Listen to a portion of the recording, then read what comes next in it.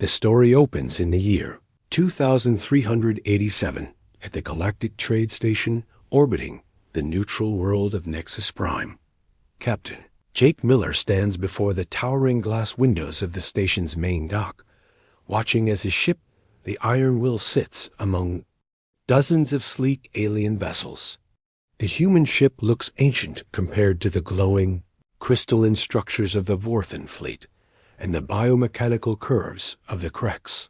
Warships. Jake has been waiting 3 hours for the Galactic Council's decision on humanity's request to join the Outer Rim Defense Alliance. Earth desperately needs this partnership. The hostile Ravager fleets have been pushing toward human space, and their worlds are falling one by one. Ambassador Vel, a tall, blue-skinned Vorthan with 4 arms, finally approaches Jake with obvious disdain. Behind him walks Commander Grex, an insect-like Krex whose mandibles click with amusement. The news is not good. Captain Miller, Vel begins, his voice carrying the Universal Translator's cold tone. The Council has reviewed your species' military capabilities. We find them ... inadequate. Jake's jaw tightens, but he remains professional. Our ships may look old, but they've served us well for over 400 years. Grex's compound eyes shine with mockery. 400 years? These metal boxes you call warships are relics from your planet's industrial age. Look at them: crude steel hulls, chemical propulsion, primitive kinetic weapons. How do you expect to fight alongside civilizations that mastered energy manipulation millennia ago? The ambassador gestures toward the viewport, where Jake's fleet waits. 20 human vessels float in formation: destroyers, cruisers, and the mighty dreadnought Defiance. To alien eyes, they appear clunky and outdated, with their angular designs and visible weapon ports. The Ravagers use quantum disruptors and temporal shields, Vel explains. Your projectile weapons and nuclear warheads are useless against such technology. Frankly, we're surprised your species survived this long. Jake thinks of the colony's already lost New Geneva, Kepler Station, the mining worlds of the Tau Ceti system. Millions of humans dead or missing. He knows the aliens are right about one thing. Humanity needs help. What would it take for you to reconsider? Jake asks. Grex clicks his mandibles in what passes for laughter among his kind. Prove that these ancient ships of yours can actually contribute to a real battle. Not against pirates or rebels, but against the Ravager war machine itself. Vel nods in agreement. There's a Ravager scouting force moving through the Sigma Drift. 3 of their heavy cruisers, fully armed with their latest technology. If your ... fleet can defeat them without assistance, we'll consider your application. Jake knows it's a death sentence. The Ravagers haven't lost a single engagement against any Galactic Council forces in the past 2 years. Their ships phase in and out of normal space, making them nearly impossible to target. Their weapons can tear through the strongest energy. Shields like paper. But he also knows humanity has no choice. Understood, Jake says. We'll move out within the hour. As he turns to leave, he hears Grex speaking to Vel in their native tongue.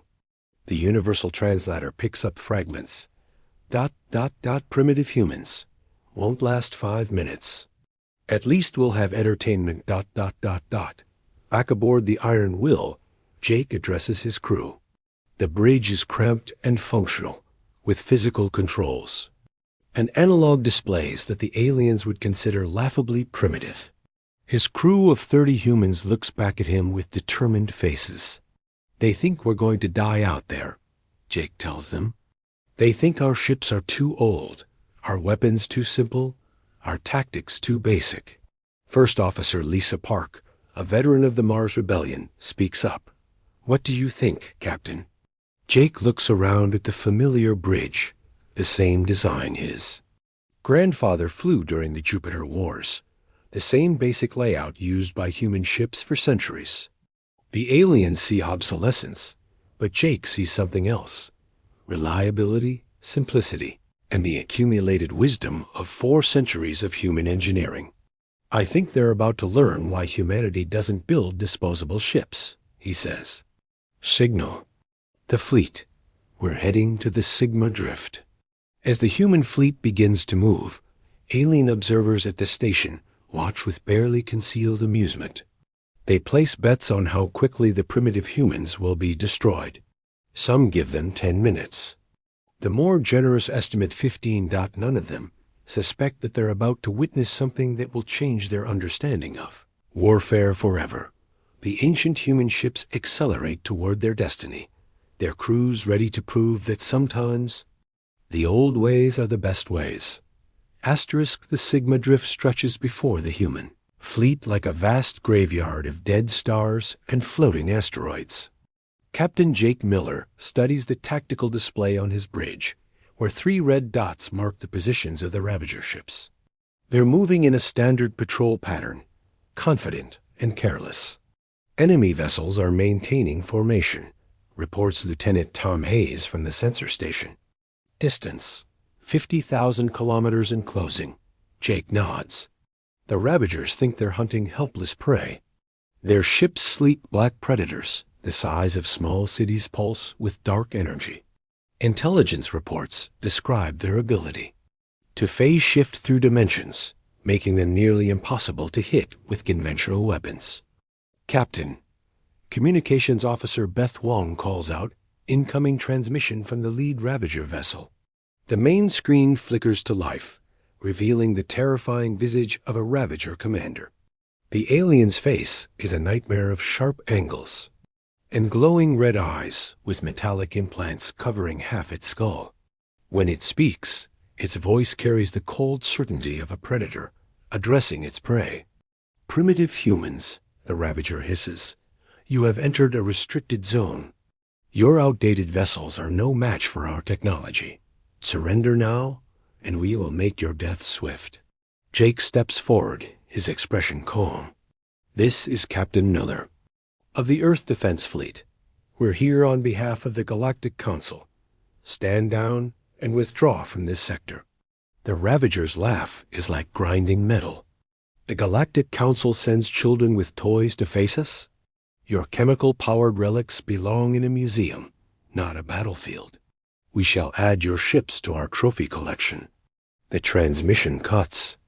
On the tactical display, the 3 Ravager cruisers begin to accelerate, spreading into an attack formation. "All ships, this is Iron Will," Jake broadcasts to his fleet. "Remember your training. Trust your ships. Trust each other. Execute battle pattern Delta." 20 human vessels immediately break formation, scattering across 3 dimensions. Like seeds in the wind. To alien observers, it might look like panic, but Jake knows better. Pattern Delta has been used by human fleets for 2 centuries. It's designed to confuse enemies who expect predictable battle lines. The first Ravager ship phases into attack position, its quantum disruptors charging with deadly energy. The weapon fires a beam of pure destruction that should have vaporized the destroyer Courage. Instead, the beam passes harmlessly through empty space. The human ship has already moved, using simple Newtonian physics to change course at the even last second. "They're too slow," mutters First Officer Lessa Park. "Their fancy weapons take time to lock on." The second Ravager vessel attempts to phase shift behind the cruiser Resolute, but finds nothing there. The human ship has anticipated the maneuver and repositioned using basic tactical doctrine. Always assume the enemy can appear anywhere. Jake smiles grimly.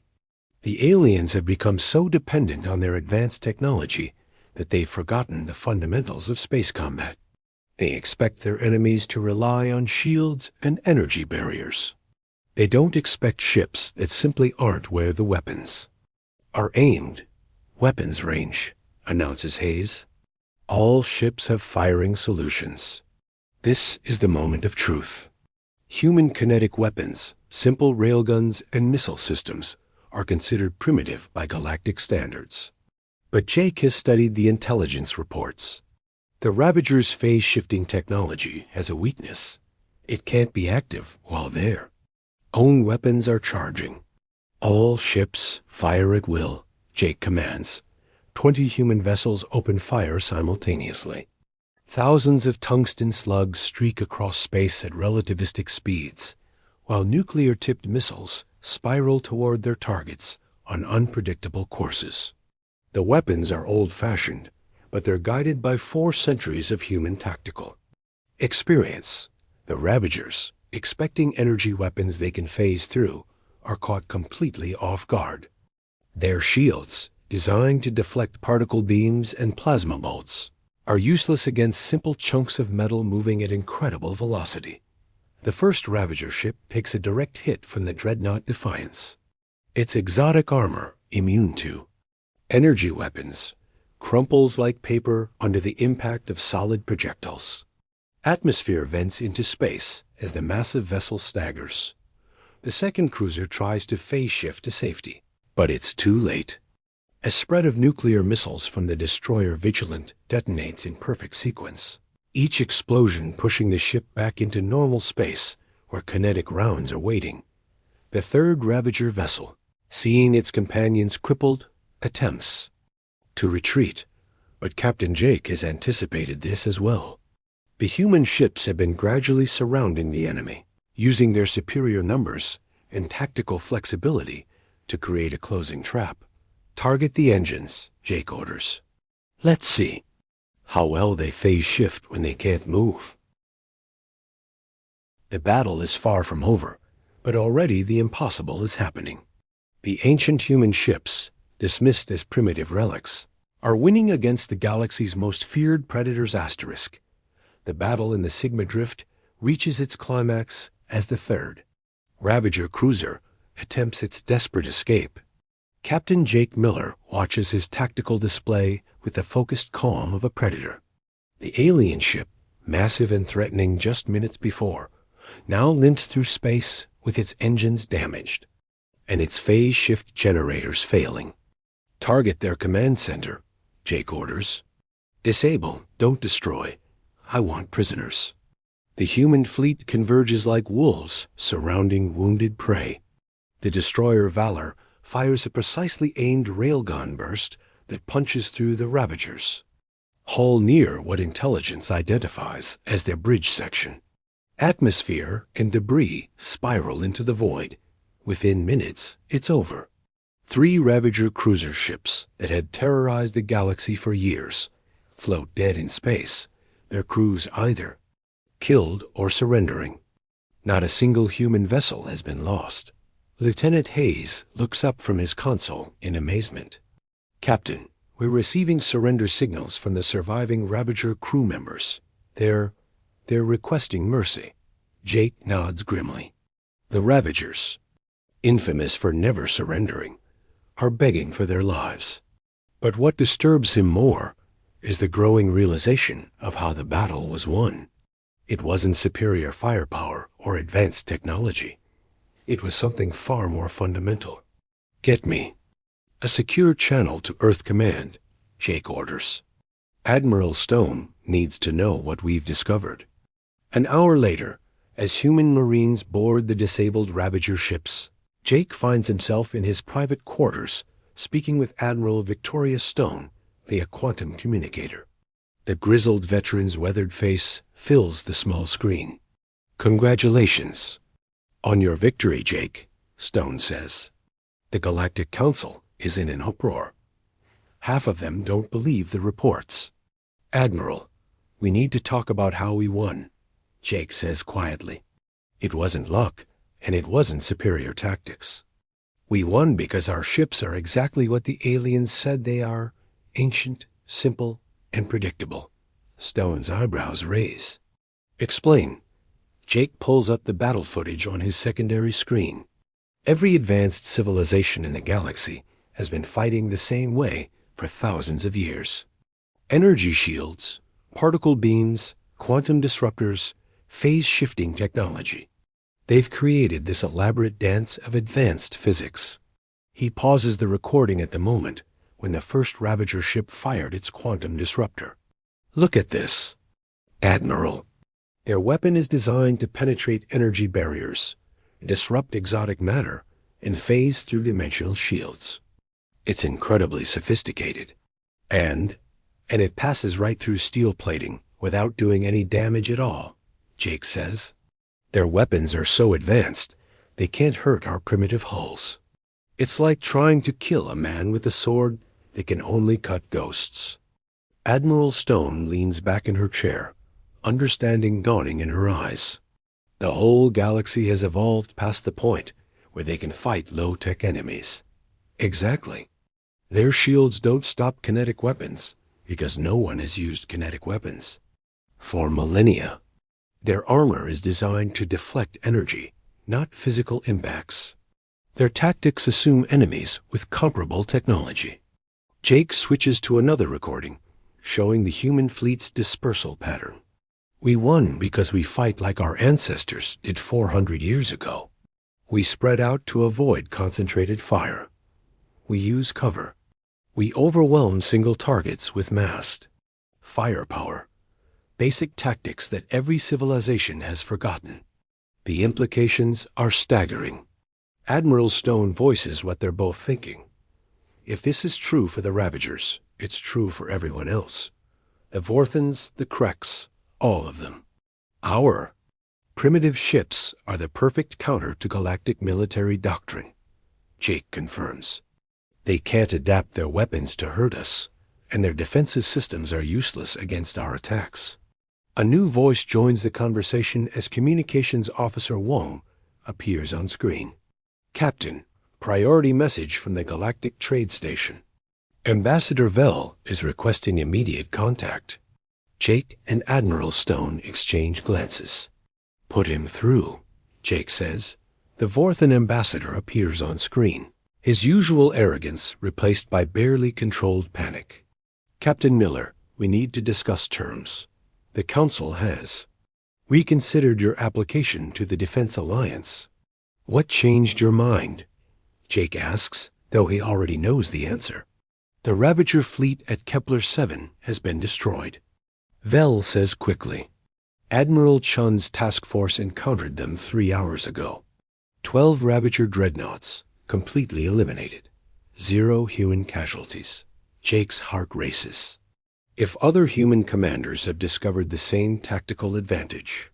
Furthermore, Vell continues, Ravager High Command has issued a galaxy-wide retreat order. They're abandoning their conquered territories and withdrawing to the Outer Rim. Admiral Stone smiles coldly. It seems our ancient ships aren't so useless after all. The Vorthan ambassador swallows hard. The Council wishes to discuss not just your membership in the Defense Alliance, but a leadership position. Clearly, humanity possesses strategic capabilities we had not anticipated.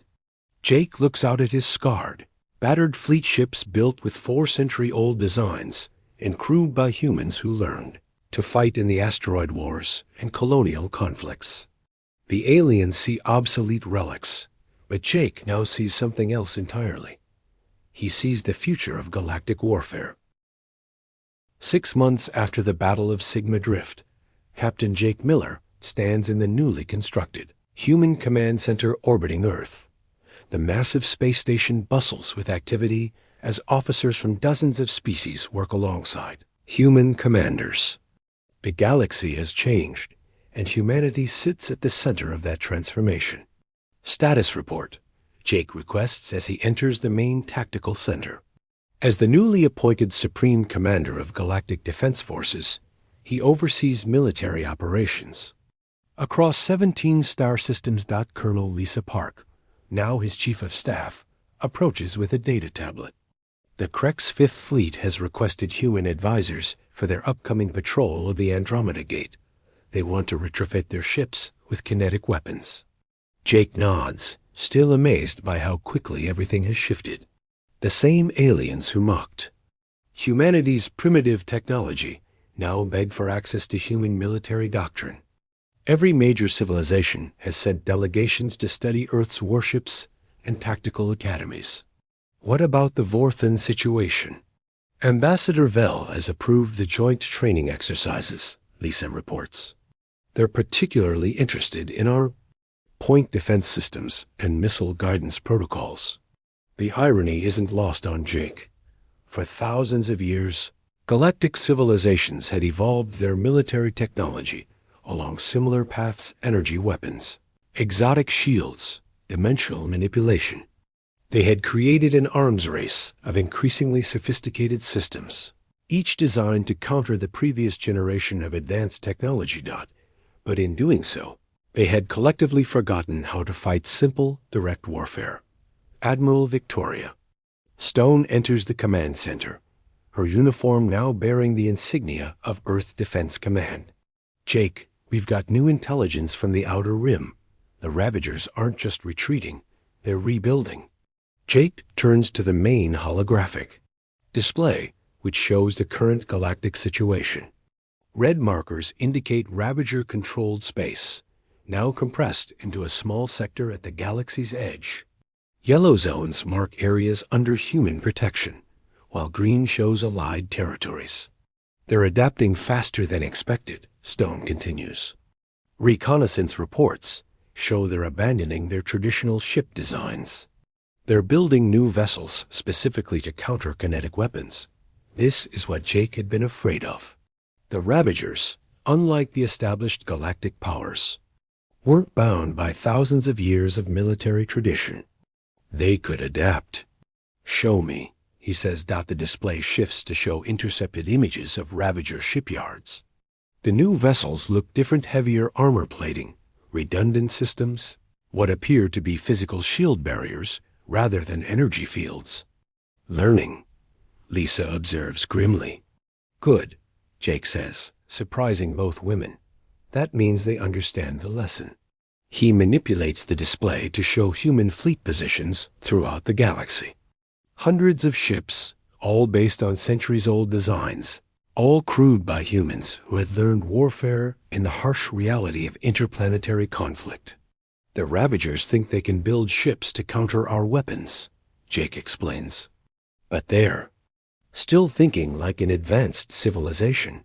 They're trying to solve this with better technology. Stone nods slowly, beginning to understand. But technology isn't our real advantage. Exactly. Our advantage is that we never forgot how to fight. Dirty. Jake calls up tactical recordings from recent engagements. Human fleets don't just use kinetic weapons. They use asteroids as improvised projectiles, employ gravity wells as weapons, hide behind planetary rings and stellar debris. They fight with the cunning of a species that spent centuries battling. In resource-poor environments, the Ravagers can build thicker armor, Jake continues. But can they build ships that survive having their engines ripped out by mining drones? Can they counter boarding actions by Marines who trained in zero-G construction work? Communication Officer Wong's voice echoes through the center. Commander, incoming priority transmission from the Galactic Council. They're requesting immediate audience. The main screen activates, showing the assembled representatives of major galactic civilizations. Vell leads the discussion, his forearms gesturing with obvious urgency. Commander Miller, we have a proposal from the Ravager High Command. They wish to negotiate a ceasefire. Jake exchanges glances with Stone and Park. What are their terms? They're offering to withdraw from all conquered territories and establish a neutral zone in the Outer Rim, Vell explains. In exchange, they want assurance that human fleets will not pursue them beyond the current battle lines. The request is unprecedented. The Ravagers, who had never negotiated with anyone, are essentially asking for mercy from the primitive humans they once mocked. They're afraid, Stone murmurs. They should be, Jake replies. Then, louder, Ambassador Vell, inform the Ravager High Command that will consider their proposal. But first, they need to understand something. He pauses, looking directly into the camera. Humanity didn't win because our ships are old or our weapons are simple. We won because while the galaxy was perfecting the art of advanced warfare, we never stopped learning how to fight wars. There's a difference. The transmission ends, leaving Jake staring at the tactical display. The galaxy is awakening to a new reality one, where the oldest military traditions have become the newest strategic advantage. Asterisk. 1 year after humanity's first contact with the Galactic Council, Captain Jake Miller, now Fleet Admiral Miller, stands before the largest gathering of sentient beings in galactic history. The Grand Assembly Station, constructed in just 8 months with combined resources from dozens of civilizations, orbits the neutral world of Unity Prime. Representatives from HUN, every major species, fill the massive amphitheater. The agenda is simple but revolutionary: the establishment of a new galactic military doctrine with humanity at its core. "The old ways have failed us," declares Chancellor Vex of the Krex Imperium, his insectoid features solemn. "For 3 millennia, we pursued ever more sophisticated weapons, ever more complex defenses. We created a military philosophy so advanced it became vulnerable to the simple and direct." Murmurs of agreement ripple through the assembly. The past year has proven the point repeatedly.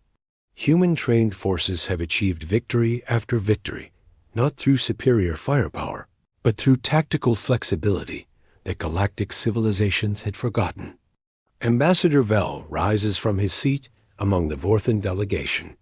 "The humans have taught us that strength lies not in the sophistication of our tools, but in the wisdom of their application. We propose the establishment of the Terran Military Academy as the primary training institution for all galactic defense forces." Jake steps forward to address the assembly. Behind him, holographic displays show the current state of galactic peace. The Ravagers have withdrawn to their promised neutral zone and, remarkably, have begun requesting cultural exchanges with human colonies. Former enemy species now serve alongside human crews on joint patrol missions. "Honored delegates," Jake begins, "humanity didn't come to the stars to become your teachers. We came seeking allies, friends, and knowledge. What we've learned together this past year is that wisdom often comes disguised as simplicity." He gestures to the display, which shifts to show comparative military statistics. Before human involvement, galactic forces suffered a 93% casualty rate against Ravager attacks. Today, combined human-alien fleets maintain a 98% mission success rate with minimal losses. The numbers are staggering, but Jake knows they don't tell the whole story. This success isn't because our weapons are superior. They're not. It isn't because our ships are more advanced. They're centuries behind yours. We succeed because we fight with principles that transcend technology. A new voice joins the discussion. Admiral Chen Wei, representing the newly formed Human Deep Space Fleet, activates his communicator from his position near the outer rim. His weathered face appears on screens throughout the assembly. "I'm currently aboard the Ravager flagship Shadow's Edge," Chun announces, causing surprised gasps throughout the chamber. "I'm here at the invitation of Warlord Krexstar, discussing joint patrol operations along the galactic border." The image shifts to show the interior of the Ravager ship. The fearsome aliens who once terrorized the galaxy now work alongside human engineers, installing kinetic weapon systems and learning tactical doctrine developed in Earth's asteroid mining conflicts. Warlord Krexstar, his cybernetic implants gleaming, steps into view. When he speaks, his words are halting but clear. He's been learning human languages. "Honored assembly," the Ravager leader says, "my people were ... wrong. We believe strength came from taking, from conquering, from fear. The humans showed us strength comes from protecting, from building, from courage." He pauses, clearly struggling with concepts foreign to Ravager culture. "We request ... permission to join this new order, to learn what it means to be defenders rather than destroyers." The assembly erupts in heated discussion. The idea of former enemies becoming allies challenges everything the galaxy thought it knew about warfare and diplomacy. Jake raises his hand for silence. The choice belongs to all of us. But I'll share something humanity learned during our own dark periods. Enemies are just friends we haven't made yet. Senator Maria Santos of the Earth Colonial Government stands to address the Assembly. Humanity proposes the Universal Defense Charter, a framework where all species contribute their unique strengths to galactic security. The Vorthans bring their energy mastery, the Kreks their bioengineering, the Ravagers their tactical adaptability, and yes, humanity contributes our ancient wisdom of simple warfare. The vote, when it comes, is unanimous. As the assembly concludes, Jake finds himself on the observation deck with Ambassador Vel. Outside, ships from dozens of civilizations patrol in mixed formations sleek. Alien vessels alongside battered human destroyers. Tell me honestly, Vel asks, did humanity always know this would happen? Jake chuckles. We hoped for allies. We found family instead. The galaxy has awakened to something it had lost in its rush toward technological advancement. The understanding that the best weapons are wisdom, courage, and the willingness to fight for others rather than against them. In the end, humanity's greatest victory wasn't proving their ships could fight. It was proving their crews could teach. The end